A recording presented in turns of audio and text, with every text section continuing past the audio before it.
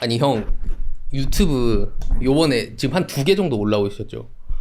이제 막 2개 올라갔을 거야. 그리고 저거 뭐지 프로그램도 약간 그거 했던데 뿌렸던데 첫 번째. 훈련 프로그램 지금 다 구성해 놓고 아마 오늘 아니면 주말간 이제 프로그램 시연 영상이 올라갈 거고. 아 뿌리지 아직 뿌린 건 아니에요? 아직 뿌리진 않았어. 뭐 아직 뿌리진 않았어. 어디 저 뭐지 블로그에 올라가는 거예요? 아니면 일단 배포웨어 창구는 카페에다가 올려놓고 그 다음에 이제 또 다른 뭐 어플에서 또 조인이 들어오거나 하면 그러면은 해볼 계획이 의향이 있기는 한데 아직 일단은 카페에 첫. 카페. 그러면 형 그 원래 옛날에 그거 배포했던 프로그램들 다 지운다고 했었는데 싹 다 삭제했어. 지금 지웠어요? 싹 다 삭제했어. 그 사람들 막 아쉬워하던데 이 댓글 보니까. 일부러 그 유튜브 댓글도 그렇고 네. 카페 댓글도 그렇고 내가 인스타그램 DM이나 댓글 아니면 안 봐. 일부러 좀 안 보려고 하는 편이야. 예전에는 막 궁금해서 막 샅샅이 뒤지고 막 그랬었던 것도 있는데 뭐 몇 가지 일련의 과정들을 거치면서 일단 난 잘 안 봐.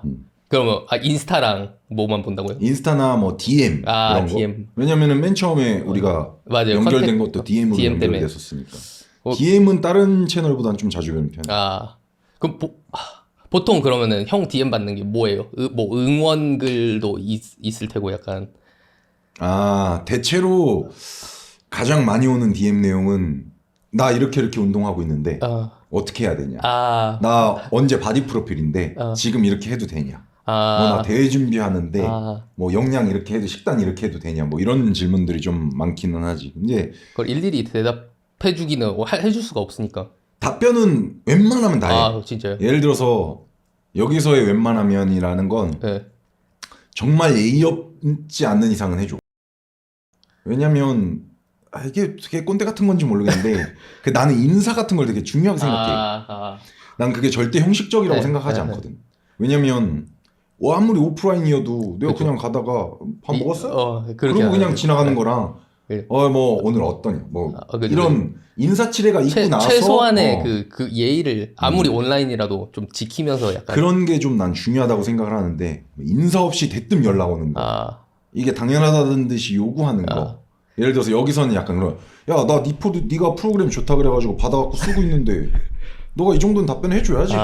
약간 이런 뉘앙스 아니면 웬만하면 답변해줘. 근데 그게 문제인 거야.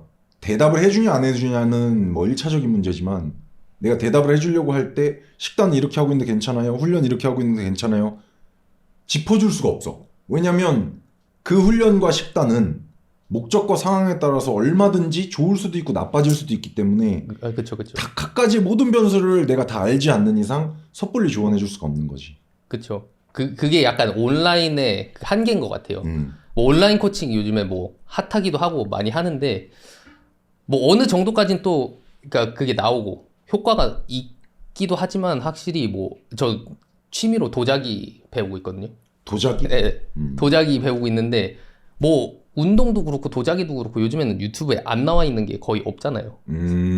그 인포메이션은 충분히 거의 과다할 정도로 약간 많은데 그쵸. 사실 1대1로 만나서 뭐 자세를 봐주고 이러는 거랑 뭐 똑같은 예를 들어 형 프로그램에 똑같은 운동을 따라한다고 해도 어떻게 보면 자세를 잘못하고 있거나 좀 이해를 잘못하고 있으면 또 그거는 의미가 아예 없어져 버리는 거니까 확실히 실제로 배우는 게 제일 좋기는 한 것 같아요. 저도 도자기 원래 제가 이제 처음에 도자기를 유튜브 보고 그 물레 있죠. 캐나다에서 그냥 어느 날 도자기 하고 싶은데 이러면서 물레를 샀어요. 그냥 혼자서 유튜브 보면서 연습하다가 이제 약간 도저히 혼자서 하는 데는 약간 그게 있으니까 약간 벽을 느끼니까 이제 한국에 작년에 와서 처음 도자기 선생님 만나가지고 이제 배우고 요번에도 지금 이제 계속 가고 있는데 확실히 형 말대로 아무리 답변을 형이 잘 해준다고 해도 그 한계가 확실히 있는 것 같습니다.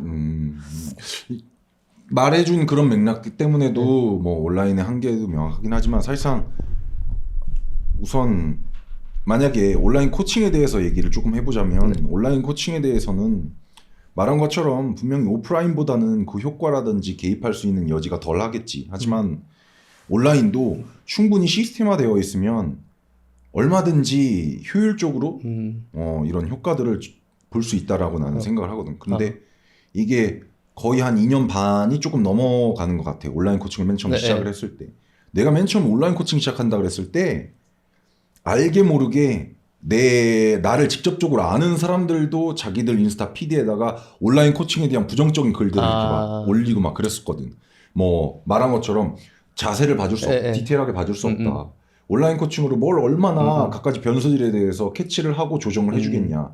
대표적으로 이게 두 개가 그랬는데 일단 첫 번째는 해결해 줄 수 있는 방안을 나는 온라인 코칭을 등록을 하면 내 카페에다가 무료로 올려놓은 갖가지 운동 동작들에 대한 설명과 영상들 이걸로 충분히 케어를 할 수 있고 그걸 또 실제로 수행을 하면서 나한테 카톡으로 피드백을 주면 그 피드백 영상을 보고 나는 이때는 어떻게 해야 되고 이때는 날개뼈 움직임이라든지 뭐 이런 것들 어떻게 충분히 구두 전달을 케어할 수 있다는 거지. 그리고 두 번째는 갖가지 변수에 대해서는 프로파일링하는 이런 여러 가지 자료들과 시스템을 잘 갖춰주면 충분히 잘 되더라는 거지. 그래서 뭐 내가 지금 말하고자 하는 건 일단 온라인 코칭에서 충분히 오프라인만큼 효과를 보기엔 어려울지언정 방어를 해낼 수 있는 충분히 시스템만 있으면 좋다. 그리고 방금 전에 얘기했었던 그런 인스타그램에서의 질의응답 같은 경우는 만약 이 사람이 온라인 코칭을 등록한 사람이면 내가 변수에 대해서 더 케어를 해줄 수가 있어. 근데 그것도 없는 상태에서 대뜸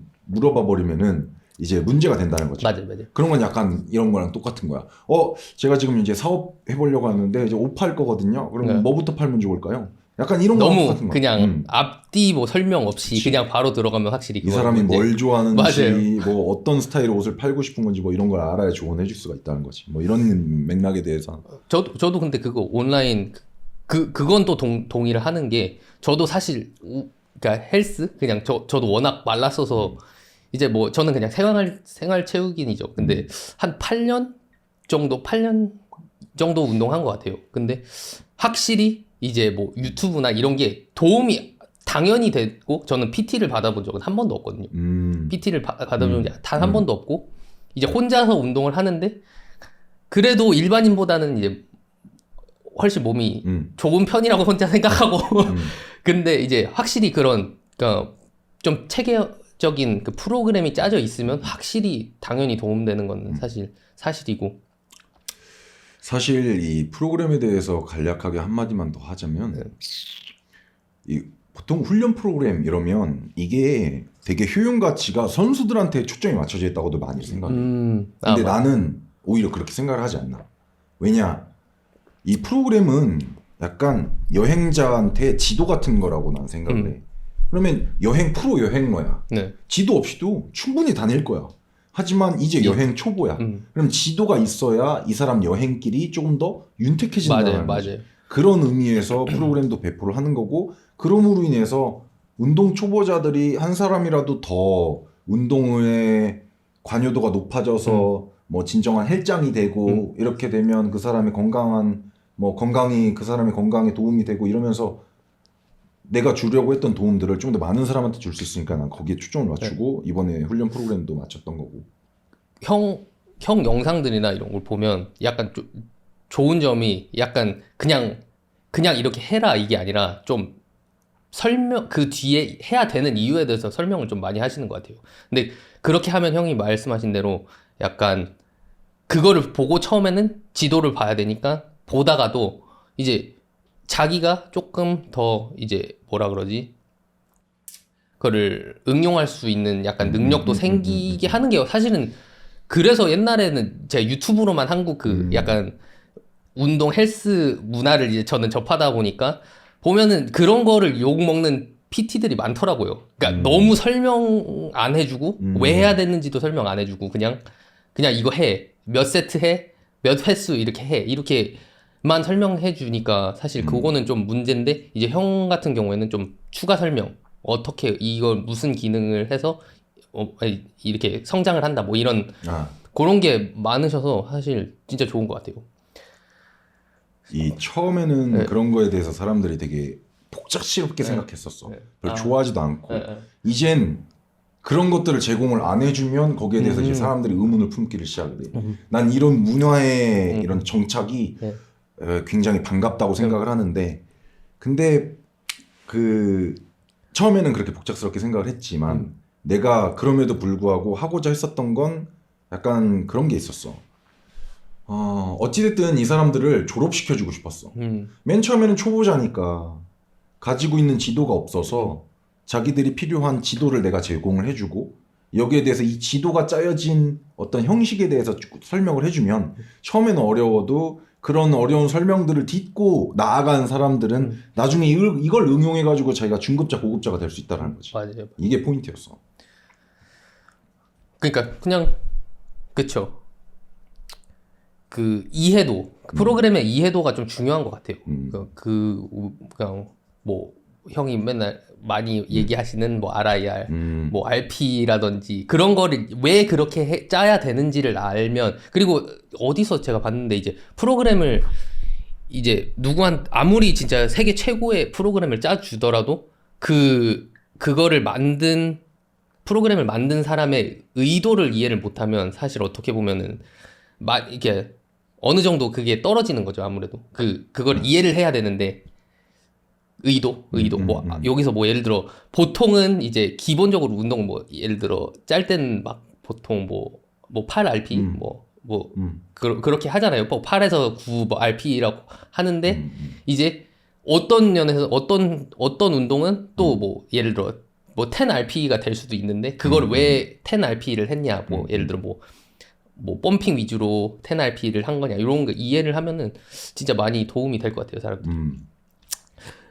그러면 형 지금 유튜브 요번에 올리시기 전에 얼마나 안 올리신 거죠? 그 전에 한 달 반 정도를 쉬고 브이로그를 하나 올렸다가 한 2달 반을 쉬고 이제 이번에 영상들이 아마 계속 올라가고 있는 걸 거예요. 그럼 가끔 올린 거 빼고는 얼마나 되는 거예요? 기간이? 만약에 중간에 한번 뭐 브이로그 올리고 쇼츠 몇 개 올렸던 거를 빼면 거의 한 4달 반 안 올렸던 한 4달? 한 4달 정도 올리지 않았던 거지. 4달이면 꽤 긴데. 그치 그죠? 짧지 않은 시간이지. 네, 사실 유튜브로 생각하면은 안 할라 그랬어 솔직히. 유튜브 안 할라 그랬어. 그러면은 4개월 동안 뭐 하셨는지 좀 한번. 우선 오프라인 강의를 좀 주력해서 했었어. 트레이너들을 대상으로. 그래서 보다 더 많은 운동 지도자들한테 도움을 줘서 뭐 도움을 준다기보단 이런 정보를 서로 나누면서 같이 성장을 하고 그러면 운동 지도자라는 공급처에 대한 이런 사람들이 수준이 상향되면 그걸 받는 사람들의 수준도 올라갈 거고 그러면 헛된 노력들을 줄일 수 있다라는 그런 생각이 있었고 원래 강사가 뭐 내 버킷리스트 같은 그런 것 중에 하나였고 내가 꼭 해보고 싶은 거였고 그래서 오프라인 강의를 좀 주력해서 열심히 했었고 그 다음에 온라인 강의 플랫폼을 준비를 했었어. 이걸 준비했었던 이유는 오프라인 강의를 막 하다 보니까 똑같이 뭐 8시간 강의를 해줘도 네. 서울에서 온 친구랑 제주도에서 온 친구랑은 물론 같은 값을 지불하고 같은 열정을 갖고 왔겠지만 이 자꾸 내 마음의 깊은 곳에선 이 제주도 온 친구한테 괜시리 너무 미안한 그런 마음이 자꾸 있더라고. 그러면 그 친구의 그런 장거리 이런 수고를 어떻게 줄여줄 수 있을까 그런 고민을 하다가 온라인 플랫폼이 있으면 참 좋겠다라는 생각을 했었고 그래서 그 온라인 플랫폼을 막 준비를 하다가 좋은 사람들을 또 만나서 유튜브를 또 시작하게 됐던 계기도 있고 그 온라인 강의 플랫폼은 이제 스마트트레인이라는 네이버 프리미엄 컨텐츠를 활용을 해서 그 채널에 아티클이랑 이런 영상들이 주기적으로 올라가고 또 오프라인에서 어쨌든 이 사업은 계속 확장이 돼야 어느 정도 의미가 있다고 생각을 하는데 또 오프라인 사업을 확장하려고 뭐 여러 가지 방편으로 알아보고 그것들도 준비하는 시간 그러다 보니까 너무 바빠가지고 유튜브까지 내가 하려고 하는 건 전체적인 집중이 안 되니까 전체적인 질이 떨어질 것 같은 거야. 그래서 그 중에 그럼 포기를 해야 된다라고 쳤을 때 오프라인 강의나 온라인 강의를 포기할 수는 없고 그렇다고 오프라인 사업을 접어버리면 이 밑에 딸린 내 직원들이랑 믿고 따라온 동생들을 저버리는 거니까 또 이것도 싫고 그러면은 결과적으로는 유튜브 하나밖에 없어서 유튜브를 이제 그러면 하지 말아야겠다 약간 이 생각을 하고 있었던 거지. 형 얘기 항상 들어보면 형 약간 그 지도자로서의 약간 욕심이 좀 확실히 있는 것 같아요. 옛날에 형 축구 그것도 따셨잖아요. 그 뭐죠? 축구 지도자 자격증. 축구 지도자 자격증이 지금은 P, A, B, C, D급이 있어. 뭐 D급부터 P급은 이제 프로페셔널 그 프로팀들 감독 코치를 할 수 있는 자격증. 그러면 뭐 밑은 그 단계적으로 내려오겠지. 그때 당시에는 C, B, A, P 이렇게 있었고 나는 C, B를 대한축구협회에서 최연소로 자격증을 따고 고등학교 축구 코치까지 하다가 이제 트레이너를 하게 된 거야. 안 그래도 형 요번에 이제 형 영상 좀 더 보다가 옛날 것도 보고 막 이랬는데 형 축구 오랜만에 하는 거 보니까 재밌더라고요. 못 뛰겠더라고. 내가 축구를 한참 하고 축구 지도자를 할 때 체중이 70kg였어. 70, 71을 계속 왔다 갔다 했었어. 근데 할 때 아마 그 영상 조원희 선생님 맞아요. 거기 껴가지고 같이 골 찬 거 그때가 10년 만에 축구를 하고 95kg 때 축구를 했던 거야. 근데 확실히 이게 저는 어렸을 때는 말라가지고 저도 이제 뭐 프로페셔널하게 축구를 하진 않았는데 이제 캐나다에서 축구를 이제 많이 했었거든요. 근데 몸무게가 늘고 하니까 몸이 그냥 뭔가 내가 생각하는 대로 안 따른다 그래야 되나? 뭐라 그래야 되지 이게 타이밍적으로 버퍼링이 생겨. 나는 이미 치고 나갔으면 저기 가 있어야 되는데 저기 가 있지 못한 약간 이런 것들. 그래서 형은 약간 지도자의 형은 왜 끌리시는 것 같아요? 그게 지도자로서의 그 매력? 사람을 가르치는 직업에 대한 매력. 어쨌든 교육이잖아. 사람을 가르치는 거는 난 교육이라고 생각을 하는데 최근에 만났던 대표님 말씀이 너무 좋아서 그 말씀을 좀 빌려오자면 어찌됐든 사람이 살아가는 데 있어서는 뭐 너무 이기적으로 살아갈지 아니면 이타적으로 살아갈지 이런 것들을 정하는 갈림길에 선 게 된다는 거야. 근데 그 중에서 자기가 더 많은 걸 얻고자 한다 혹은 뭔가 가치 전달을 해줘야 내가 테이크를 할 수 있다라는 판단이 들었을 땐 이 사람한테 굉장한 가치를 줘야 되잖아. 이 사람한테 줄 수 있는 뭐 물질적인 돈도 있을 것이고 뭐 여러 가지가 있겠지만 그 중에서 교육이라는 가치는 한번 전달하게 됐을 땐 이 사람의 인생을 송두리째 바꿔놓을 수도 있는 아주 강력한 요소라는 거지. 예를 들어서 내가 지금 당장 뭐 한 돈 1,000만 원을 너한테 줘. 그러면 당분간 살림살이에 도움이 되겠지. 하지만 인생의 가장 중요한 그 뿌리에 있는 뭔가가 바뀌지는 않을 거라고 난 생각을 해. 예를 들어서 지금 내가 PD님한테 옷을 한 벌 해드려. 그러면 당장은 멋지게 입고 살 수 있겠지. 하지만 옷을 입을 때뿐인 거야 그거.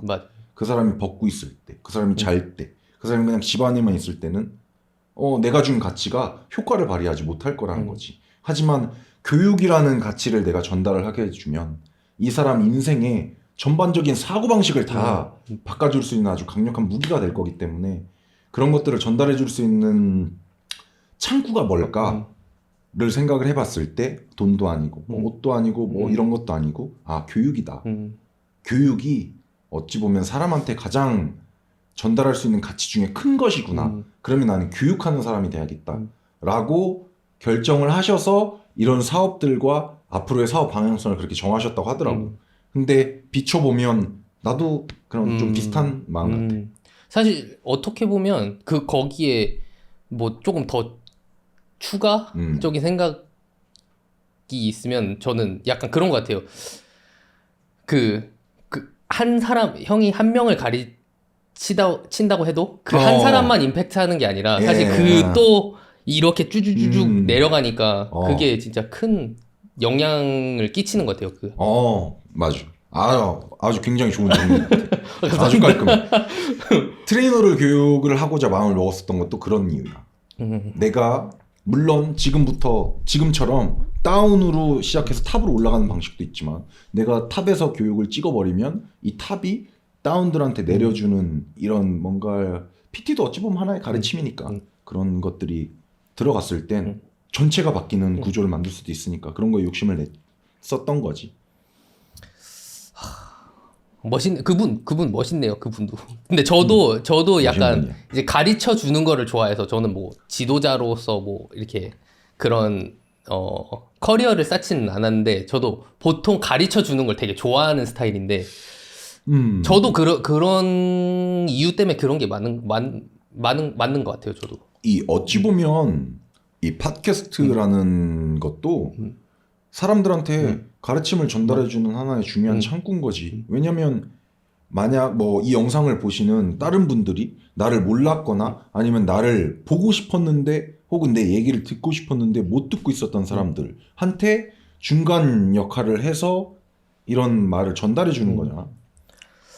그렇기 약간 때문에 이것 어떻게 또한 보면 도미노 효과죠, 사실. 그런 거랑 연결될 수 있다고. 형 저번에 제가 형 MBTI 물어봤었는데 형 NTJ라고. ENTJ를 NTJ라고 하나? 예, NTJ. 솔직히 나는 내 거 말고는 다른 사람들 건 잘 몰라. 그것도 약간 NTJ 아마 그럴 느낌인데 거야. 아마 그럴 아무튼 거야. 제가 한번 요 빙고 있는데 몇 개만 다 읽진 않고 몇 개만 한번 읽어볼게요. 오케이. 형 자존감 높음. 자존감. 나는 내 기준에서 네. 난 자존감이 높은 사람이 아니야. 오케이. 리더 기질. 저는 약간 느껴지거든요. 형이랑 몇 번 얘기 안 해봤지만 그래도 약간 좀 리더십이 있는 형이다라고 느껴지는데 형 생각에는 사실상 리더십이라는 거는 내가 그쵸. 판단을 하는 게 아니라 그쵸. 남이 평가해 주는 거지만 내 자체적으로 리더십에 대한 욕심은 분명히 있어. 그렇기 때문에 중학교 때도 그렇고 이 축구팀에서 뭐 주장을 한다든지 뭐 이런 것들 그리고 지금 내가 하고 있는 활동들도 보면 다 그런 거에 좀 욕심이 있어. 아까 그 형이 오프라인 뭐라 그러시지? 오프라인 사업. 그 사업을 만약에 닫게 되면 그 밑에 있는 사람들까지 이렇게 피해를 보니까 그렇게 쉽게 그거를 놓지는 못한다라고 얘기하셨는데 그거 자체가 리더십이 있어서 그런 것 같아요. 책임감? 그러니까 어떻게 보면 리더십은 책임감이 있어야 되니까. 네, 그러니까 그것도 어떻게 보면은 리더십인 것 같아요. 그렇지. NTJ 특징 또 뭐가 있을까?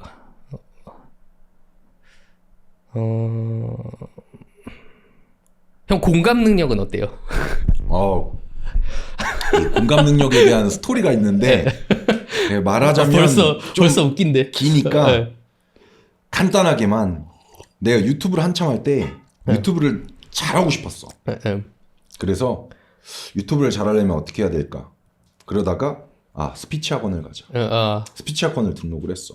스피치 학원을 등록을 하면 맨 처음에 테스트를 보잖아. 그러면서 이제 테스트를 보는데 벌써 무서워해? 아니 스피치 학원에서 테스트를 보는데 거기 이제 강사님이 5분 동안 이제 나는 주제를 하나 던져주면 거기에 대해서 얘기를 하는 거야. 딱 듣고 나서 자 광호 씨 보통 스피치 학원에 오는 사람들은 발음이 안 좋거나 발성이 안 좋거나 말이 너무 느리거나 버벅대거나 이런 사람들이 주를 이룬다. 근데 당신은 그런 거랑 아예 상관이 없다 이거야. 잘 봐주셨던 거지. 그런 부분에서는. 근데 당신은 아마 스피치를 굉장히 못하는 사람으로 아직까지 계속 당분간 남을 거다라고 하는 거지. 왜요? 스피치 조건이 딕션 좋고 말 잘하고 단어 선택 잘하고 끊기지 않고 발성 좋고 된 거 아니에요? 근데 스피치에는 물론 그것들은 중요하지만 하위 요소라는 거야. 스피치에는 상위 요소가 있대. 뭘 것 같아? 공감 능력. 왜냐? 스피치라는 거의 본질은 사람을 설득하려고 하는 건데 사람의 설득에는 논리적인 것과 기술이 중요한 게 아니라 감정적인 것도 좀 공감 능력이 중요하다라는 거지. 근데 말하는 것만 들어봐도 내 강사 경력 동안 뭐 한 10수년은 하셨겠지. 쭉 비춰봤을 때 당신 같은 사람들이 제일 어렵다는 거야. 왜? 당신은 내가 봤을 때 공감 능력이 거의 제로래. 근데 사실 거기에 대해서 몇 가지 예를 들어줬는데 내가 반박을 못했어. 왜? 난 진짜 공감 능력이 없으니까. 그래서 그때 내가 알았어. 나는 공감 능력이 없구나. 왜요? 저 말 잘 들어줘요. 말 잘 들어주는 게 공감 능력이 아니래. 별개니까. 이게 코드가 있는 거래. 근데 나는 아예 그 코드가 있다라는 거 자체를 몰랐으니까 공감 능력이 없다라는 게 어찌 보면 방증되는 거지. 그래서 그때 알았어. 공감 능력이 아니 제가 왜 웃었냐면 형 완전 초반 유튜브 영상 그 스타일을 생각이 나면서 약간 웃긴 거예요. 그런 식으로 스피치 학원에서 얘기했을 것 같으니까. 그치. 거기서도 약간 그런 식으로도 얘기를 했었고 그 사실상 뭐 네. 내가 지금 뭐 2년 전, 네. 1년 전에 유튜브 내가 찍었던 네. 것들을 보면 뭐랄까 그때 당시에는 일부러 그러기도 했지만 네. 지금 보면 참 부족한 게 많이 보여. 하면 어쨌든 뭐 공감 능력이 있냐 없냐라고 물어보면 나는 엄연히 제로였던 사람이다. 하지만 어떤 계기를 통해서 좀 많이 좋아지고 있다라고는 생각을 해. 그 주위 사람들은 지금 요즘에 어떻게 그거에 대해 어떻게 생각하나요? 이거에 대해서 네. 예전에는 0이었다면 지금은 한 20, 30이고 계속 본인이 노력하는 게 보여진다. 이 정도까지는 얘기해 주는 거야. 그래도 나아지고 있다. 나는 분명히 나아지고 있다고 생각해. 그러면 하나만 더 읽어볼까요? 저거 이겨야 직성이 풀림. 이거는 좀 그래. 이게 근데 어떻게 뭐 이걸 보면 당연하지. 당연하지. 사업, 네, 직업 뭐 이런 것들에 대해서 이겨야지라고 생각을 하는 사람들도 분명히 있겠는데 나도 그렇게 생각했던 사람들 중에 한 명이니까 항상 저렇게 살았었을 거고. 근데 저게 되게 안 좋은 거야. 나는 만약에 나랑 뭐 5년 전, 10년 전 나한테 얘기할 수 있는 기회가 주어지면 일단 저것부터 얘기해주고 싶어. 그렇게 사람들 혹은 모든 내 행동 거지에서 뭔가 이겨야 되고 막 이러면 이거 되게 안 좋은 버릇이라고. 왜 그렇게 생각하세요? 내가 이기려고 악다구니를 쓴다는 건 내가 이 사람한테 두 가지를 원하는 거야. 모멸감, 모욕감 이걸 전달해주고 싶은 거고 그 사람한테 패배를 안겨주고 싶은 거야. 저도 약간 동감해요. 패배를 안겨주고 싶어하는 마음인 거야. 기저에 그게 깔려 있어. 근데 봐봐, 내가 결국에 원하는 건 존경을 얻기 위해서 이 사람을 찍어 눌렀던 거거든. 그래서 야, 내가 너 이겼지. 이제 나를 따르라. 이 시퀀스를 원했던 거야. 난 그리고 그 시퀀스가 될 줄 알았어. 근데 되게 안 좋은 거라고 지금 얘기했잖아. 봐.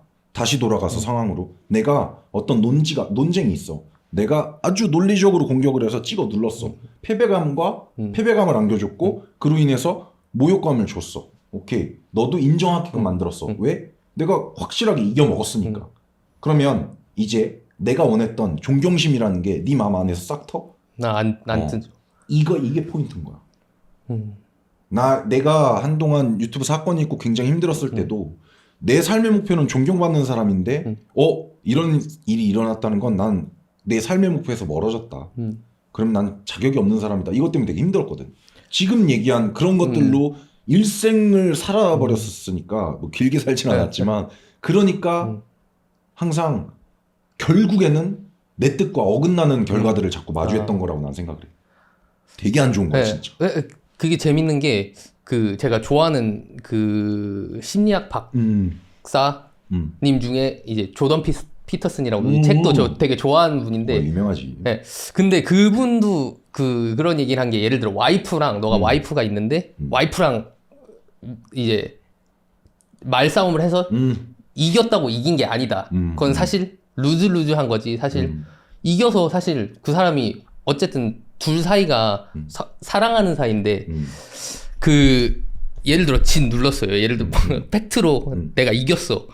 그렇다고 해서 그 사람을 사실 어떻게 보면은 전체적으로 보면 그걸 이긴 건라고 볼 수는 없잖아요. 그게. 맞아.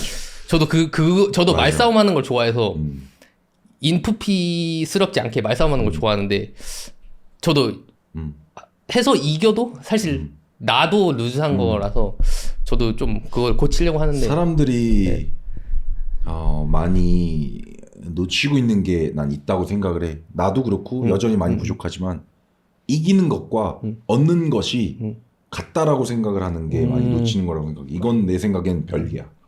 이거는 물론 상황에 따라서 같아질 수도 있지만 대체로 별개야. 특히 존경 이런 게 들어간다 하면은 그거는 뭐 내가 얘를 개박살 내도 사실 존경을 얻을 수 있지는 않을 것 같거든요. 사람의 자발적인 마음이 개입이 돼야 되는 그런 상황들한테서는 이기는 것과 얻는 거는 별개. 오케이. 형 혹시 크리스 윌릭스라는 사람 팟캐스트에 크리스 범스테드 나온 거 보셨어요? 못 봤어. 그 사람 그 크리스 윌릭스라는 팟캐스터 그 팟캐스트에 나가서 그 크리스 범스테드가 한 10개 정도 운동 종목을 선택을 했거든요. 탑 10, 딱 10개만 골라야 되면 뭘 해야 될지. 봤어. 예. 그거 형 버전으로 한번 10개 한번 골라볼까요? 우선 이제 뭐 팩트부터 파고들자면 만약에 나는 그럴 거라면 보디빌딩이라는 걸 하면 안 된다고 생각해. 왜냐면 보디빌딩이라는 운동의 특성은 내가 누릴 수 있는 동작의 종류 수가 많은 거야. 그리고 그 중에서 선택을 할 수 있는 이점도 있는 거고, 나아가서 목적에 따라서 너무 다르다는 거지. 나는 목적이 근비대야. 너는 목적이 근력 증가야. 이건 엄연히 다른 얘기거든. 그러면 너한테는 바벨 운동이 좋을 수 있어. 하지만 나한테는 바벨 운동이 능사가 아닐 수 있어. 이런 것처럼 사실 목적에 따라 너무 달라. 이런 근데 그럼에도 불구하고 만약에 이런 제한 조건이 주어졌다. 그렇다라면 선택을 해야 될 때 나는 우선 스쿼트, 벤치프레스, 데드리프트, 오버헤드 프레스, 펜들레이 여기까지는 이제 다 바벨로 하는 운동. 오케이. 그리고 레터 레이지 덤벨로, 하이로우 케이블이나 뭐 머신을 쓰겠지. 하이로우. 그리고 레그 익스텐션, 힙 스러스터, 토지투 바. 오케이. 요렇게만 할 거야. 그러면 딱 10개일 거야. 일단 제일 원래 뭐 빅3라 하잖아요. 운동. 일단 그거 3개 들어가고 뭐 벤치, 스쿼트, 데드 무조건 들어가는 거고 지금 거기에 보통 하나 원래는 이제 사람들이 거기 위에 얻는 게 이제 OHP, 그죠? 오버헤드 프레스랑 그게 약간 형은 지금 근데 근비대 위주로 생각을 하신 거예요? 아니, 그냥 목적이 종합적이라. 내가 내 목적이 뭔지는 모르겠는데 지금 일단 웨이트 트레이닝에서 종목 10개 골라야 돼. 근력도 얻고 뭐 근비대도 그치, 조금 약간 얻고 혼합되어 있겠지. 종합적인 면에서는 그렇지. 오케이. 혼합되어 있는 목적이라면. 그러면 형 영상 중에 제가 이 영상 올라오고 제가 한국에서 이 슈러그 하는 사람들 되게 많이 생겨났다고 들었거든요. 저 영상 하나로. 근데 왜냐면 특히 한국 뭐 캐나다나 되게 크게 차이 나는 게 승모근 운동을 한국인들은 진짜 안 했었거든요. 제가 봤을 때. 외국은 이제 승모 큰 것도 멋있다고 생각을 하니까 승모근 운동을 많이 하는데 이제 한국에서 안 하다가 저 영상 뜨고 이제 막 하는 사람이 엄청 늘어났다 이런 얘기가 있는데 이제 그 영상 이름이 승모근 운동 안 하면 찾아오는 N가지의 재앙. 요건 저도 되게 재밌게 봤거든요. 저도 승모근 운동을 일부러 안 했었가지고 그 영상 보기 전에 이거 안 하면 큰일 나겠다 하고 이제 요즘에는 승모근 운동도 이제 좀 넣어서 프로그램에 넣어서 하는데 그러면은 저런 것처럼 승모근 운동 말고 사람들이 약간 소홀히 하는 또 다른 중요한 운동이 있나요? 카프레이지.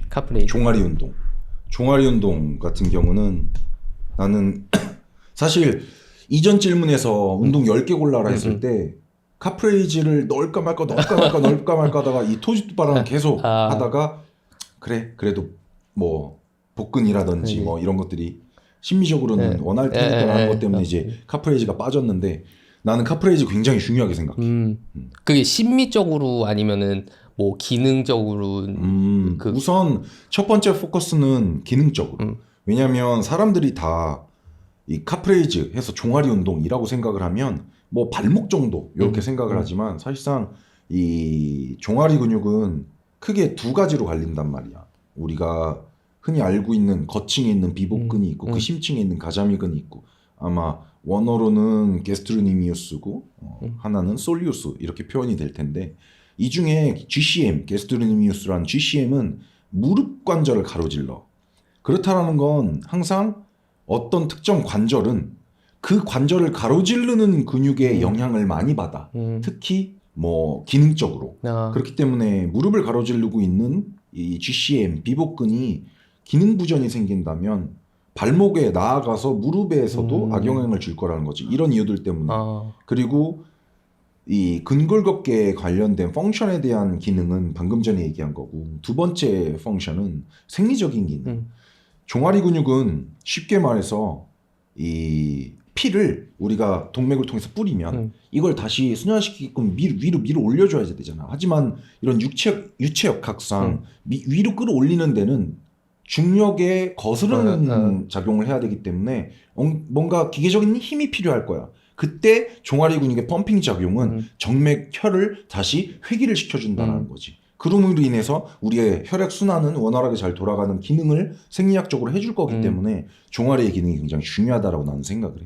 그리고 이제 나아가서 심미적으로는 이게 그 우리 인스타그램에 보면은 떠도는 이런 것들 봤을 때 막 상체충, 하체충 이래가지고 상체 이만한데 다리 삐쩍 말라 있고 하체 이만한데 상체 삐쩍 말라 있고 막 이런 것들 있잖아. 근데 한층 더 나아가 보면 허벅지 이만한데 종아리 이만하잖아. 그것도 되게 보기 싫어. 맞아요. 그래서 그런 이유들 때문에도 난 종아리 근육이 되게 중요하다고 생각을 해. 저는 종아리가 진짜 얇은데, 그러니까 하체도 얇아서 이제 옛날엔 하체가 얇으니까 이제 뭐 하체 운동은 열심히 했는데 종아리 운동을 안 하니까 진짜 짧은 반바지 아니면은 어차피 하체 안 한 것처럼 보여요. 종아리가 얇으니까. 그래서 반바지를 좀 피하는 스타일인데 쪽팔려서 너무 얇으니까 거의 이건 각선미가 진짜. 나도 팔다리가 되게 얇은 스타일이거든. 왜냐면은 그렇게 말랐었고 키도 있다 보니까 가뜩이나 더 말라 보이고 더 가느다라 보이는 거야. 그래서 종아리 운동이랑 특히 뭐 전완 운동들도 그렇고 되게 남자들한테 중요하다고 생각해. 오케이. 그런 얘기가 있더라고요. 뭐 종아리는 제2의 심장이다. 근데 그런 의미에서 생리학적으로 그런 의미에서 나온 얘기라고 나는 생각을 해. 형 그거 영상 하나 만들어야겠는데. 승모근 운동 안 하면 이거 말고 이제 2탄으로 종아리 운동 안 하면 찾아오는 N가지의 재앙 뭐 이런 걸로. 이걸 제목만 조금 다르고 이 종아리 뭐 종아리 운동 왜 해야 되냐 뭐 이런 취지로 올린 영상이 있는데 뭐 사실 그렇게 인기는 없더라고. 그거 저 약간 좀 어그로성 있게 해야 좀 많이 보지 않나. 그치. 제가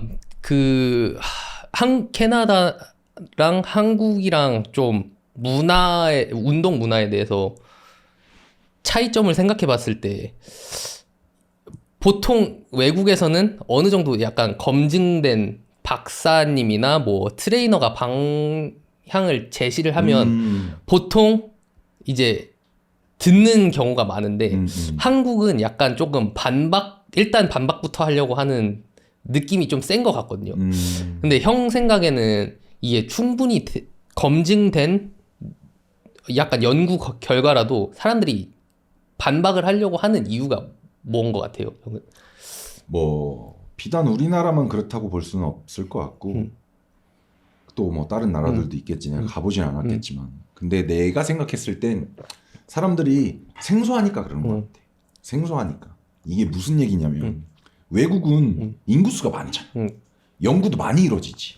그럼 많은 연구 이뤄가지고 뭐 논문 뽑아내고 이런 연구 결과 뽑아냈어. 결국에 뭐해? 사람들한테 알릴 거 아니야. 그렇다면 인구가 많은 나라에 있는 사람들은 대체적으로 또는 그런 연구가 많이 이루어지는 나라들과 근접해 있는 특히 뭐 서양권 문화들 이런 사람들은 사실 그런 연구 결과라든지 이런 논문에 대해서 접할 기회가 많잖아. 그러니까 익숙한 거야. 그리고 그런 문화도 이미 정착이 되어 있는 거고 그런 이유들 때문에. 그러니까 사람들이 뭐가 없어? 이질감이 없어. 그렇대. 뭔가 당연하게 받아들이는 게 있는데. 그렇구나. 저번에는 어땠는데 이게 이렇게 발전을 했구나. 뭐 비교를 하기도 하고 새로운 것들에 대해서 받아들이는 그런 이질감이 없는데 우리나라는 한계적으로 언어에 대한 것도 있고 그리고 뭐 인구수도 훨씬 적을 거고 뭐 있는 돈 단순히 미국, 호주 대 뭐 한국, 일본 이렇게만 비교를 해보자고. 그러면 언어도 다르고 또 많이 떨어져 있고 인구도 많이 차이가 나잖아. 그렇기 때문에 이런 받아들임에 있어서 이질감이 있는 거야. 뭐 갑자기 왜? 왜냐면 우리 스포츠의 문화를 거슬러 올라가 보면 우리는 항상 뭐 먼저 경험해봤던 사람들, 물론 경험이 중요하지만 그냥 쉽게 말해서 선후배, 형 이런 사람들이 맞아요. 세습해주는 그런 문화와 가르침에 대해서 너무 익숙해져 있었고 그게 불과 얼마 안 됐다라는 거야. 그렇기 때문에 이런 거에 대해서 생소한 거지. 그러니까 거기에 대해서 이질감이 있어.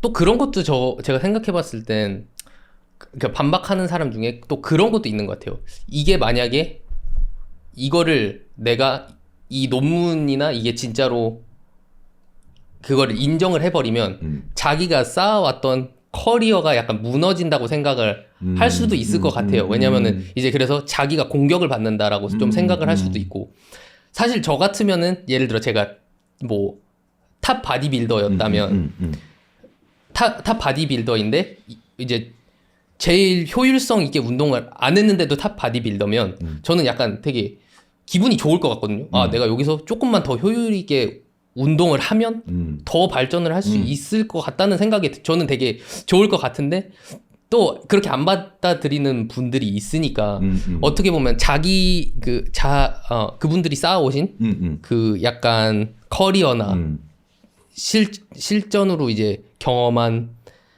그러니까 경험을 공격받는다고 생각을 하셔서 반박하는 경우도 있는 것 같아요. 그죠? 뭐 그런 분들도 뭐 전혀 없다고 말할 수는 없겠지.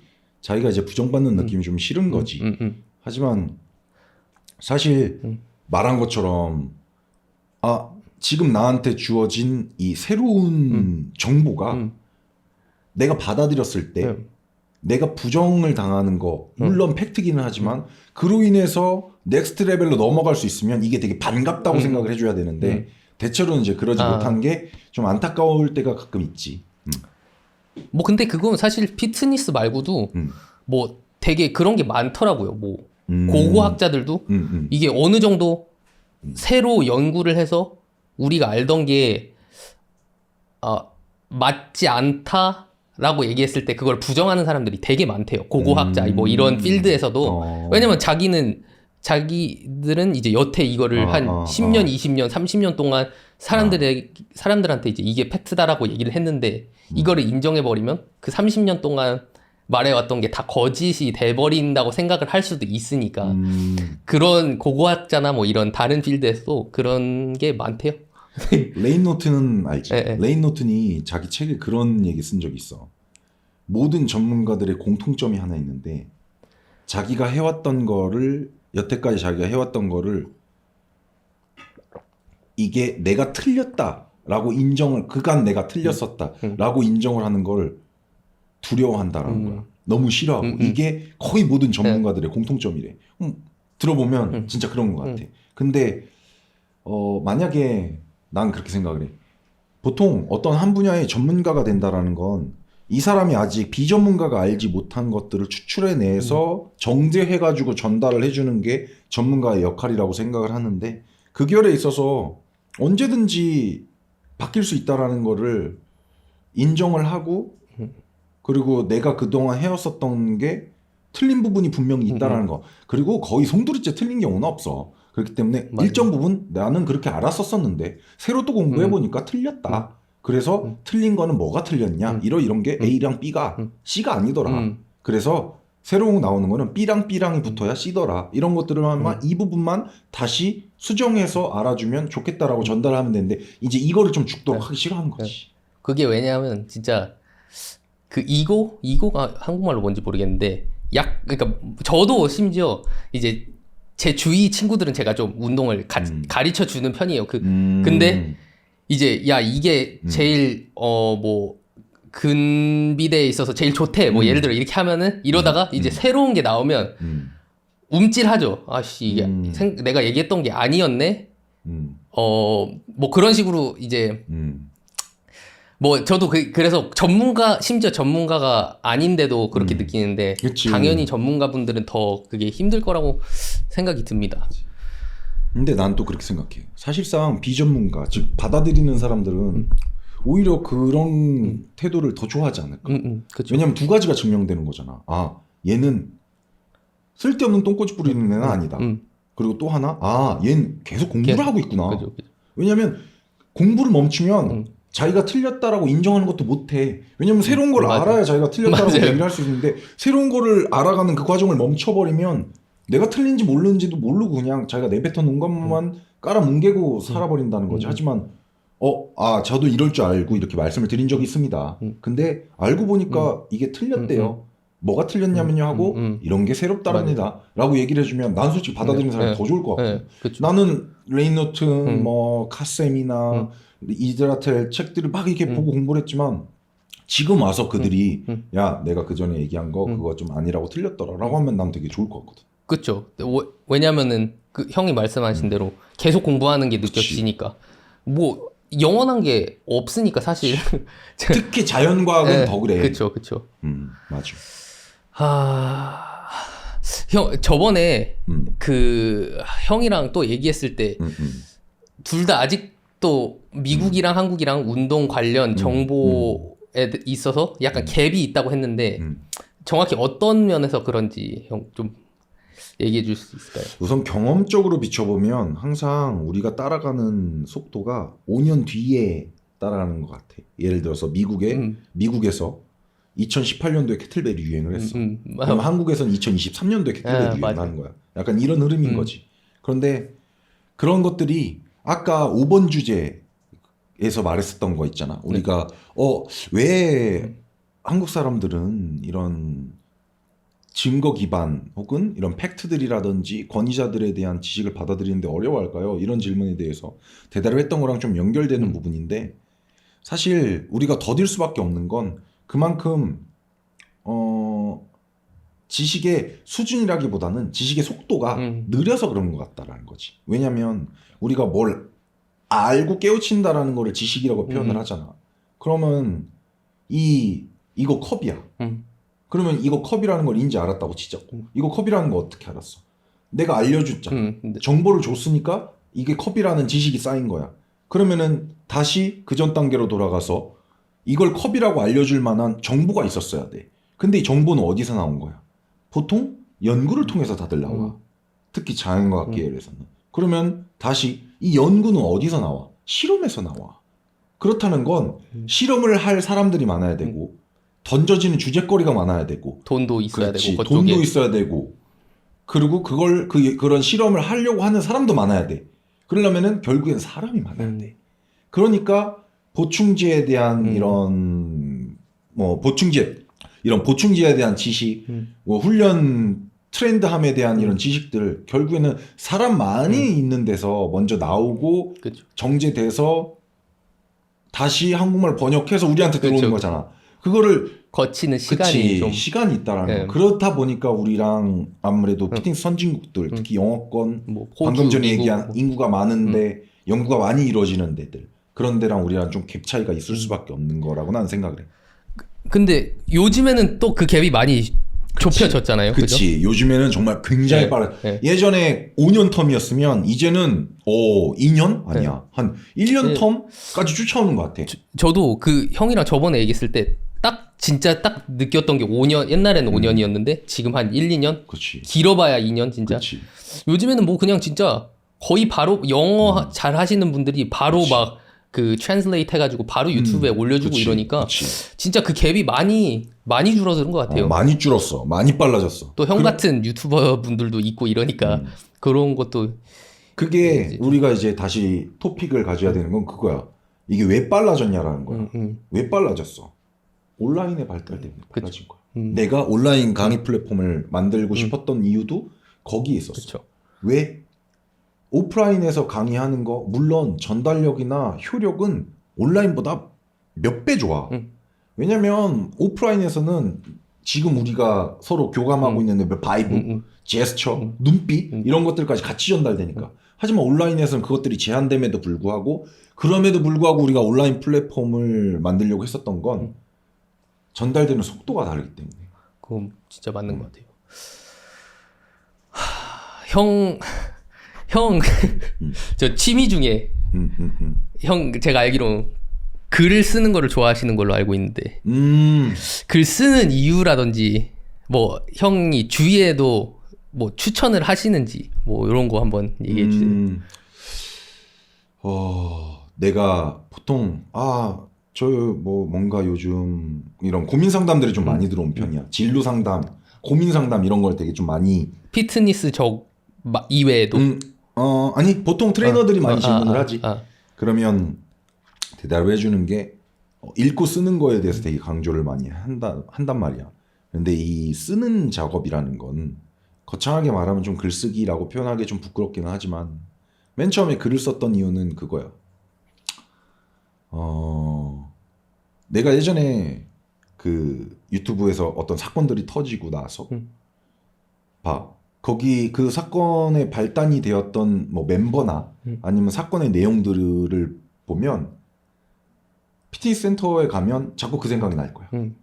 운동을 혼자서 한다 그래도 자꾸 그 생각이 날 거야. 그렇지. 그렇다고 해서 내가 공부를 해도 이 전문 분야에 관련된 공부를 해도 자꾸 그 생각이 날 거야. 왜냐면 다 세계가 막 맞물려서 복잡 미묘한 그런 상황이었거든. 그러면 지금 당장 죽지 않을 건 뭔가는 해야 돼. 뭔가를 하려고 했는데 사실상 뭐 나가면 다 스트레스잖아. 그러니까 집안에 있어. 뭐 꼭 중요한 일이 아닌 이상은. 그럼 집안에 있을 때 할 게 뭐 있어? 뭐 TV 봐? 만화 봐? 그때 이제 책을 읽기 책을 읽었었던 거야. 그래서 거의 한 3달 동안 제가 처박혀서 책만 읽었어. 몇 권 정도 읽으셨어요? 거의 막 한 달에 네다섯 권 막 이렇게 했었으니까. 왜냐면 그 전에 독서량이랑 그 당시에 독서량이랑 거의 몇 배 차이가 났었거든. 그러니까 이렇게 읽었어. 왜냐면 할 게 없으니까. 그래서 처박혀서 제가 정말 책만 읽었는데 이 책이라는 게 주는 힘이 단순히 지식 말고 다른 게 있더라는 거야. 내가 아까 말했던 공감되는 게 느껴져. 내가 저자에 공감을 하고 저자가 나한테 공감해주는 그런 느낌이 생기는 거야. 그 사람이 쓴 글을 보고 글이라는 게 되게 큰 힘을 가졌구나. 나도 이거를 잘 쓴다면 아까 말한 그런 교육으로 전달해 줄 수 있는 가치 이런 것들에 굉장한 도움이 되지 않을까?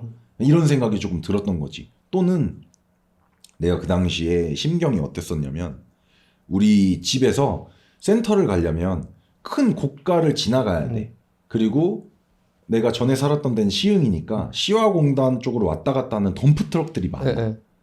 그 출근길 퇴근길에 항상 그 덤프 트럭들을 마주보면서 지나가게 된단 말이야. 근데 가끔은 그런 생각을 했었어. 그냥 지금 핸들을 살짝 틀어서 마주오는 덤프 트럭에 그냥 치이고 싶은 거야. 그냥 혼자 죽긴 너무 쪽팔려서 싫고 그렇다고 누가 날 타살하지도 않을 것 같고 그러면은 좀 이렇게 약간 이런 안 좋은 이런 못난 생각들을 너무 많이 했었거든. 근데 그런 심경에 헤어나올 수 있게끔 해줬던 게 그런 글들이야. 그래서 이런 교육과 비슷한 그런 가치를 전달을 해주는 것도 굉장히 좋은 일일 것 같은데 분명히 내가 모르는 누군가는 나랑 비슷한 나랑 비슷한 상황이나 나랑 비슷한 마음 때문에 책을 읽게 된 사람도 분명히 있을 거라는 거지. 만약에 내가 쓴 글이 그 사람한테 도움이 된다면 나는 어찌 보면 되게 쉽게 표현하면 그 사람한테 자살 방지를 한 거잖아. 그쵸. 한 소중한 생명이 떠나지 않게끔 막아준 역할을 뭘로 했어? 얼굴 대면하지 않아도 글로 해줄 수가 있다는 거지. 좀 깊게 파고들면 약간 그런 마음이 있었어. 그래서 글을 쓰게 된 건데 이 글 쓰게 된 것도 지금 다시 유튜브를 시작한 거랑 좀 많이 연결이 돼. 이게 좀 구구절절한 스토리이기는 한데 내가 유튜브를 시작을 했기 때문에 온라인 코칭을 활성화시킬 수 있었을 거야. 근데 온라인 코칭을 활성화시키고 나서 받았던 회원 중에 나도 몰랐는데 그 작가분이 계셨어. 그러면서 티키타카 하면서 소통을 할 거 아니야. 온라인 코칭을 하면서. 근데 나중에 알고 보니까 작가님이셨던 거야. 그래서 식사를 하게 됐고 식사를 하게 되면서 이렇게 막 두런두런 얘기를 나누다가 그분이 이제 쓴 책도 봤고 그래서 너무 감명 깊게 잘 읽었다. 뭐 이러면 나도 글을 잘 쓰고 싶다. 그 기저에는 이런 마음들이 있다. 방금 전에 얘기해준 그런 두 가지. 그래서 그러니까 그 작가님이 그러면 나랑 이 글쓰기를 주 5일씩 하루에 800자 이상. 와, 주제는 빡세다. 내가 던져준다. 그러면 그 주제에 대해서 800자 이상을 쓰는 거를 서로 카톡방에 공유를 해서 서로의 글을 보고 내가 가이드 잡아줄 게 있으면 잡아주고 한번 해보자. 이렇게 감사하게도 제안을 주신 거지. 그리고 나는 온라인 코칭을 무료로 제공해드리고 나는 이런 서로의 가치 교환을 하는 거 되게 반갑게 생각을 하거든. 그렇게 했어. 그렇게 한 게 하다 보니까 일주일에 5일씩 1년을 하게 된 거야. 와, 많이 늦었겠네요, 그래도. 그러니까 아까 내가 스피치 학원 얘기하면서 나한테 뭐가 제로라 그랬어? 공감 능력이 제로라 그랬어. 근데 아까 내가 글을 읽으면서 난 뭘 느꼈다 그랬어? 저자가 나를 공감해 주는 걸 느꼈다 그랬어. 그럼 공감이라는 걸 전달하려면 내 안에 품어진 공감 능력이 있어야 될 거야. 그 공감 능력이 있어야 좋은 글이 나온다는 거지. 또 그 좋은 글이 읽는 대상을 공감을 해주는 기분을 들게 해줄 거고. 맞잖아? 그러니까 글쓰기를 하면서 뭐가 발달됐어? 공감 능력이 되게 좋아졌어. 글도 많이 좋아지고. 되게 재밌는 게 저도 막 좀 뭐 팟캐스트 하기 전부터 그냥 말을 잘하는 건 되게 좋은 애셋이라고 생각을 해서 진짜 큰 말이나 형 말했던 글 이게 진짜 힘이 엄청 나잖아요. 근데 저도 이제 어떻게 해야 말을 잘할까? 저는 특히 말을 잘 못하는 편이라고 생각을 혼자서 했었어가지고 어떻게 하면 말을 잘할까라는 걸 많이 찾아봤었는데 뭐 진짜 논문 같은 것도 또 저 논문 읽는 걸 좋아하니까 했는데 그 중에 하나가 진짜 중요한 게 글쓰기. 왜냐면은 이 생각이 정리가 일단 되는 게 되게 큰 것 같고, 왜냐면은 사람들이 생각하는 것보다 자기가 생각하는 거를 실제로 쓰는 거는 완전 다르다고 생각을 하거든요. 진짜 힘들잖아요, 그게. 생각하는 거랑 써내는 능력은 달라. 맞아요. 그리고 쓰는 거랑 말하는 능력도 좀 그것도 다르고 연결되긴 하지만. 제가 옛날에 자동차 디자인을 조금 공부했었거든요. 그냥 뭐 학원 다닌 정도인데 이제 그 대학교 이제 그거 하려고. 근데 그때 저희가 되게 크게 느꼈던 게, 머릿속에는 나는 이렇게 차를 디자인하면 되게 예쁠 것 같다라는 생각을 해서 실제로 그려놓으면 되게 이상한 게 되게 많았어요. 근데 이게 사람들이 생각했을 때 나 그 정도는 나도 생각했어 라고 하는데, 이제 실제로 써보면 또 확 다르고. 그런 게 되게 글쓰기에 이제 어쨌든 글쓰기를 하면서 이제 확실하게 내가 생각하는 게 무엇인지, 아니면은 뭐 이거를 효율적으로 상대방에게 전달하려면 그치. 오를 어떻게 해야 되는지, 뭐부터 말해야 되는지, 뭐 이런 게 되게 디테일하게 이렇게 생각을 하게끔 만드는 것 같아요. 그 글쓰기가. 정리하는 것과 전달하는 능력이 되게 좋아지는 것 같아. 그리고 마지막으로 글쓰기를 하면 나를 벗어나서 나를 보는 능력들이 생겨. 객관화가 가능해지는 거야. 왜냐면 글을 쓰려면 회상을 하고 그때 내가 어땠는지 나한테서 나와서 나를 봐야 돼. 그래야 내가 그때 느꼈던 감정, 내 주변에서 일어났던 일, 타인이 나를 봤던 시선, 내가 타인을 봤던 시선을 한 발짝 물러나야 그게 보이거든. 그게 정리가 돼야 글로 옮길 수가 있잖아.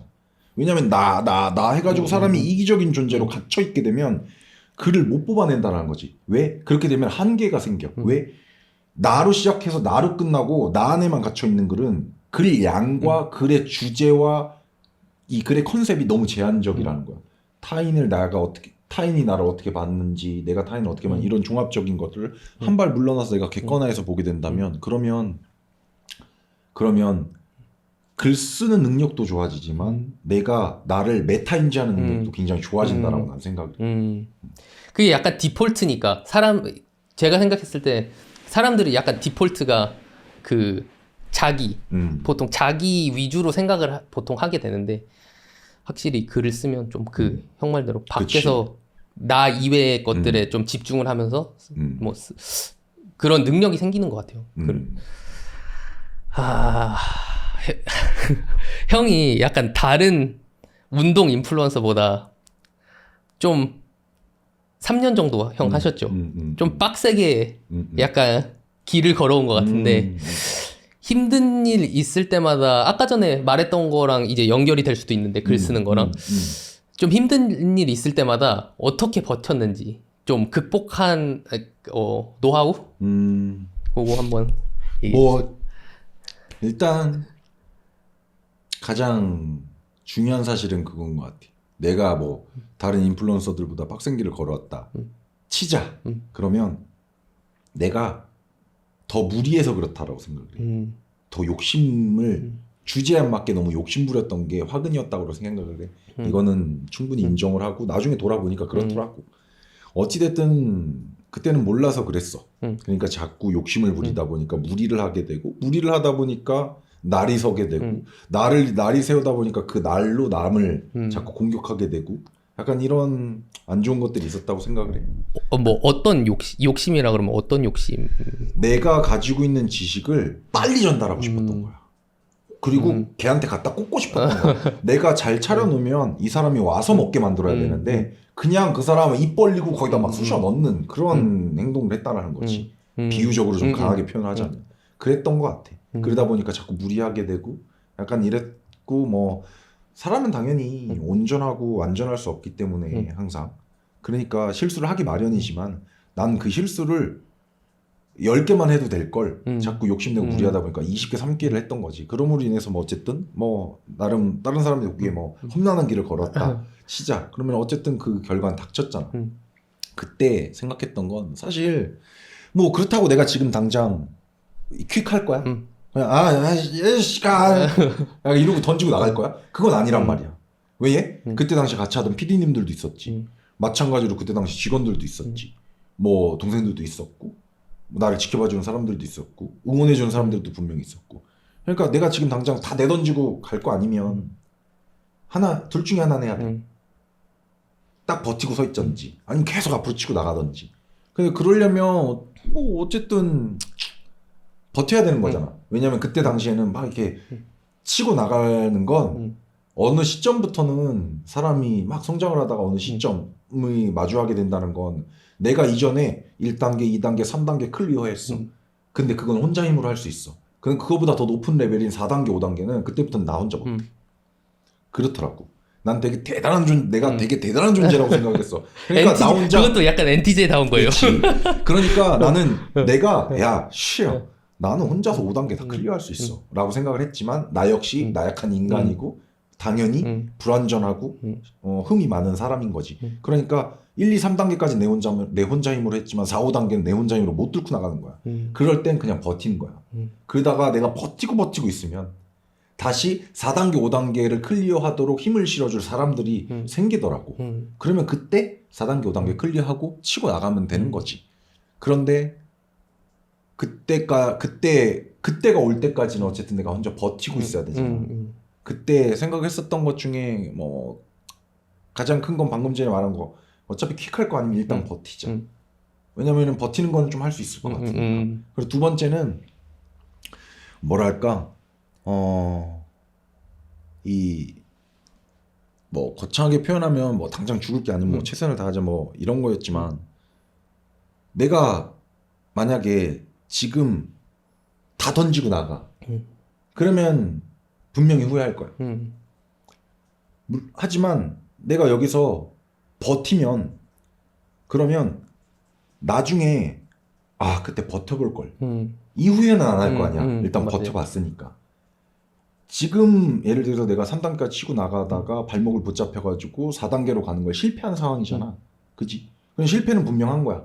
하지만 그 실패를 했을 때 퀵하면 그때 실패했을 때 내가 끝까지 버티고 있었으면 도움을 받아서 4단계, 5단계 나갈 수 있었지 않을까? 그런 후회를 퀵하면 하지만 퀵을 안 하면 하지 않을 수 있잖아. 포기를 하지 않으면. 그러니까 그런 생각으로 좀 버텼던 것 같고 하나 더 얘기하자면 사람들이 나 지금 너무 힘들어. 못 버티겠어. 다 던지고 나가버리고 싶어. 다 때려치고 싶어. 난 왜 이렇게 돼야 돼? 다른 인플루언서들은 쉽게 쉽게라고 표현하면 뭐 좀 편하게 신뢰가 될 수도 있지만 조금 편한 어쨌든 나보단 좀 편해 보였거든. 왜냐면 나는 정보 긁어와, 정제해, 얘기해줘, 욕 먹어, 다시 증명해 이런 막 그런 것들을 해야 되는데 다른 인플루언서들은 좀 더 편하다고 생각을 했었어 그때 당시에는. 근데 보통 사람들이 그때 불만을 품고 정신적 에너지가 부가적으로 소비되는 그 이유 중에 하나가 난 그거라고 생각을 했어. 나는 내가 왜 이런 대우를 받아야 돼? 세상에 대해서 다른 사람들에 대해서 내가 왜 이런 대우를 받아야 돼?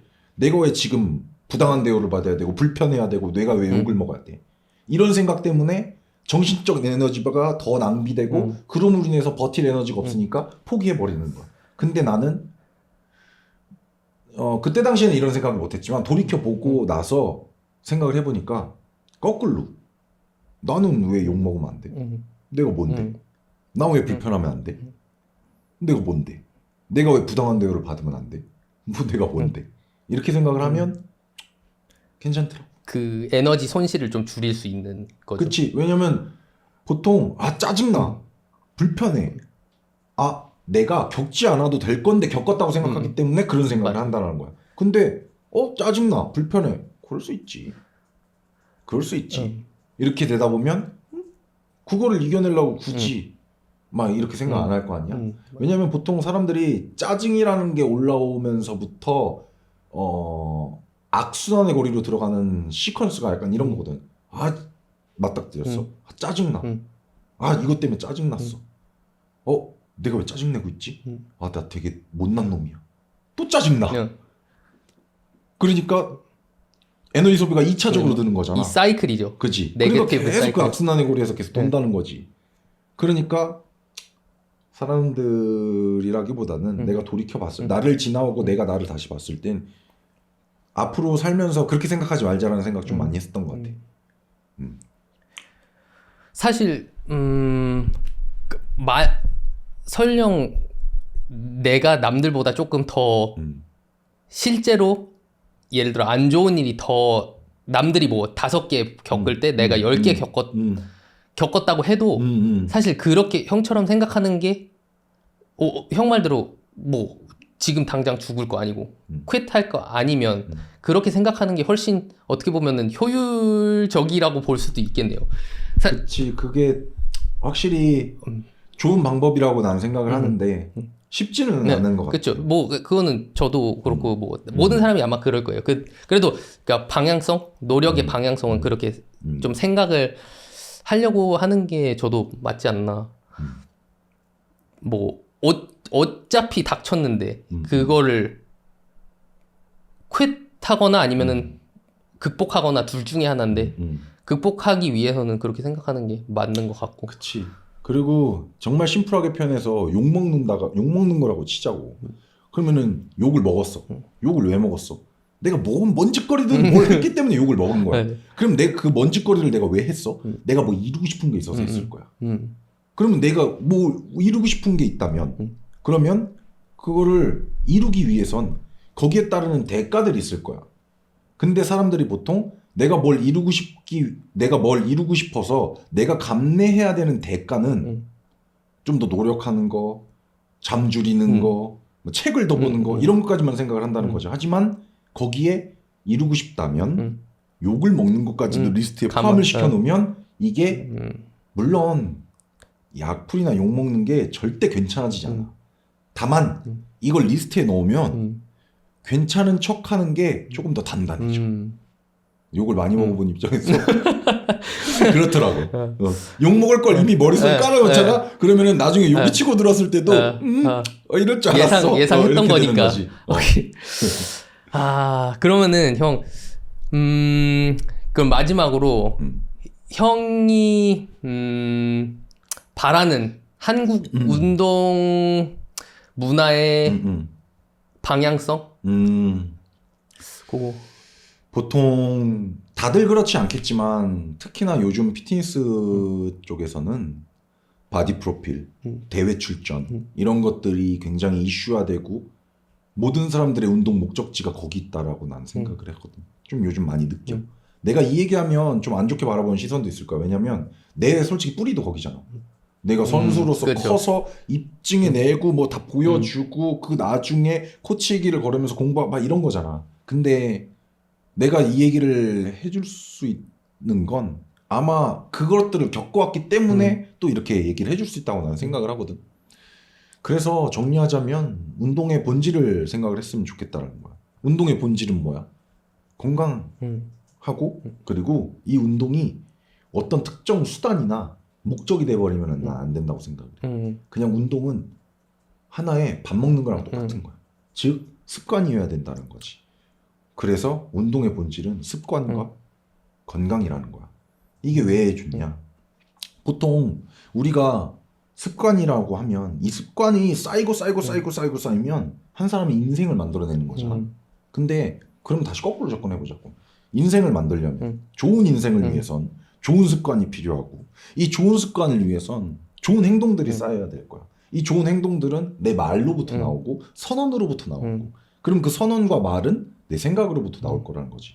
말인즉슨 중요한 역할을 하는 습관을 고쳐내게 되면 그 습관을 고쳐내는데 운동이 개입을 하게 되고 운동 자체가 습관이 되게 된다? 그러면 본질 중에 하나인 건강을 확보할 수 있는 거지. 건강한 인생, 건강한 습관, 건강한 행동, 건강한 말, 건강한 생각.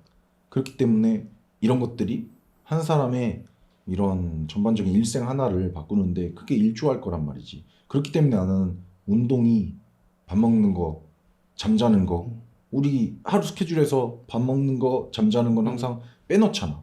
그럴 때는 꼭 해야 되는 일이기 때문에 습관처럼 빼놓는 거거든. 그런 것처럼 운동도 그렇게 돼야 된다고 생각을 해. 물론 그것들을 하면서 내가 각자 세부적인 목표가 생겨서 대회도 나갈 수 있고 바디 프로필도 찍을 수 있고 너무 좋아. 하지만 목적지가 그거가 돼버리면 그걸 잃었을 때 사람한테 오는 허탈감과 이 무력감이 진짜 장난 아니야. 엄청 무기력해져. 이건 10년 동안 반복을 해보면서 내가 정말 많이 봐왔고 나 또한 그렇게 느꼈던 거야.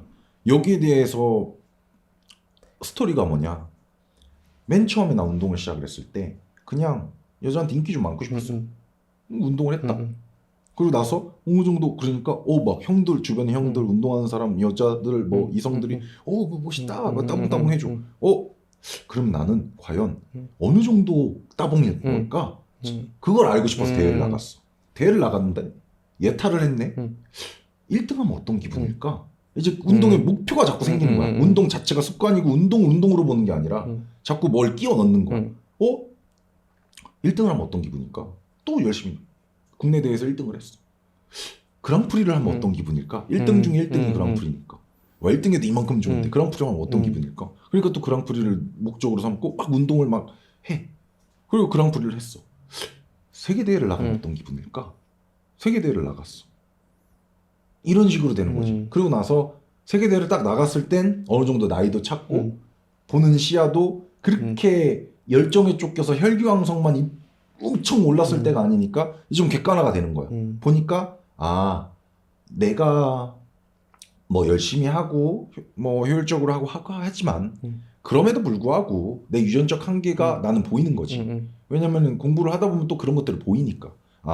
내 유전적 레벨로 내가 올라갈 수 있는 건 딱 각국 챔피언들이랑 무대 한번 뛰는 정도까지겠구나 라는 걸 난 느꼈고 그러면 운동의 종착지를 찍었잖아. 그러니까 그 다음 해부터 이제 뭐해? 뭐 할래? 그러니까 운동이 그냥 습관이어서 운동이 너무 좋아서 그냥 운동을 했던 게 아니라 그냥 운동을 어떤 하나의 수단으로만 이용을 하니까 목적이 없어지니까 수단이 필요가 없어지는 거야. 그러니까 이제 어떻게 돼? 내가 너무 뜨거운 마음으로 뛰어들었던 운동이 되게 그 운동을 대하는데 되게 냉소적이게 되더라고. 그게 단순히 무기력감이나 뭐 허탈감 이런 걸로도 표현할 수 있지만 나는 슬펐어. 근데 슬펐다고 해서 야 슬프지 마 이런다고 안 슬퍼지는 건 아니잖아. 그쵸. 그때 당시에 그런 슬픈 감정들을 느끼면서 이게 운동이 밥 먹는 거랑 잠자는 거 같아야 되는 거구나. 그냥 내가 살기 위해서 해야 되는 거, 내 생활 안에 녹아들어야 되는 거, 당연히 해야 되는 거, 습관이어야 되는 거구나. 이런 생각이 좀 들더라고. 그냥 그랬으면 좋겠어. 한국에서 운동하시는 분들이. 그게 약간 어떻게 보면 가는 길? 그냥 그 여정을 즐겨라. 요렇게도 볼 수 있을 것 같은데. 왜냐면 저도 이제 뭐 자기계발 책이나 뭐 이런 거를 많이 읽고 이제 뭐 어떻게 보면 뭐 사업적으로나 이런 분들 성공하신 분들 얘기도 들어보면 나는 10억을 모을 거야, 20억 모을 거야, 100억 모을 거야 이렇게 했다가 결국에 100억을 모으게 되면 이제 아무것도 인생에 그냥 그게 없어지는 허탈감을 운동뿐만이 아니라 다 이제 모든 면에서 느끼는 것 같아서 그런 것 같아요. 그 여정 그냥 하는 것 자체를 근데 그게 어떻게 보면 그 도파민 이런 거 쪽으로도 들어가도 그게 목표를 세우고 그 목표를 이뤘을 때는 도파민이 확 올라가는데 그 도파민이 올라간 만큼 또 떨어지는 게 도파민이니까 그것도 어떻게 보면은 너무 목표에만 집중하다 보면 떨어지니까 그 가는 거를 좀 즐기면은 좋지 않을까. 맞아. 이게 또 도파민 얘기가 나오면 또 할 말이 많긴 하지만 어찌됐든 그 대회를 자꾸 나가게 되는 거 그리고 내가 그렇게 했었던 거 그런 것도 아마 그런 쪽이랑 중독이 그런 거랑 좀 네. 연결되지 않았을까 싶어. 오케이. 그럼 여기까지. 뭐 감사합니다. 클로징 따로 안 해도 되지? 네, 그냥 이렇게. 수고하셨습니다. 말 진짜 많이 한 것 같은데 1시간 11분이네. 저기 내가 살짝 조금 늦게 했으니까 거기 1시간 20분이라고.